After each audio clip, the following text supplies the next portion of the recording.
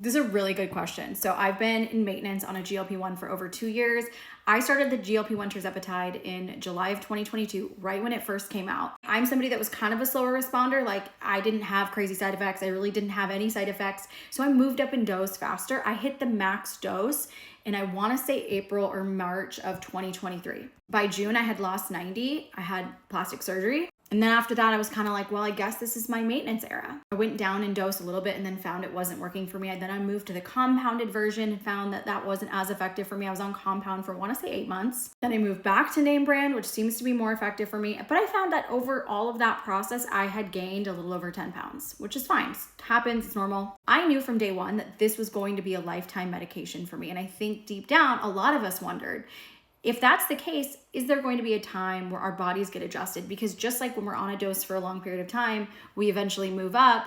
What's going to happen long term? So after 2 years on 15 milligrams, I gained. I've talked about this before, but I think part of it is when you're in that active losing phase, like that first year and a half or so, I was living and breathing GLP-1 every single day. Like that was my world. That's everything I thought of.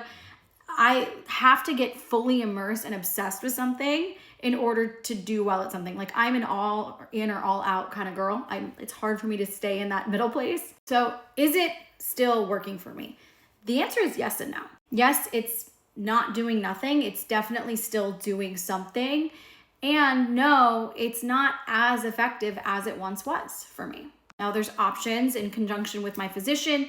I could choose to take a break, get off of a GLP-1 altogether, and then start the process over. That may be effective for me. But this seems to be a common theme in a lot of my friends. And I don't know if it's because I don't wake up every day thinking about my GLP-1.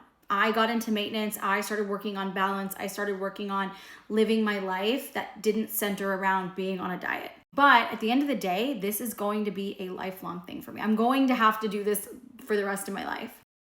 I do experience some suppression and food noise quieting, but not to the degree that it. Sometimes I go 2 weeks in between doses because I get busy or things happen, or I've had like surgeries or I've had colonoscopies and I've had to go off for short periods of time. And like, it definitely feels significantly worse, completely off. I think it's interesting because we always kind of wondered in the beginning of this process, like what it would look like years from now. And while I'm super grateful that this is still an option for me and I'm super grateful that I'm still on it, I'm also not surprised. This is the reality of the way medications are. Like they tend to not be as effective. I've heard that there might be some chatter about higher doses coming at some point. There's also retatrutide coming out in hopefully 2026, 2027. I'm hopeful they'll continue expanding on this and we'll have other options. But this is why I'm in my reset era. I'm reprioritizing the protein, redoing all the things that I know how. Anyways, hope that helps. Bye.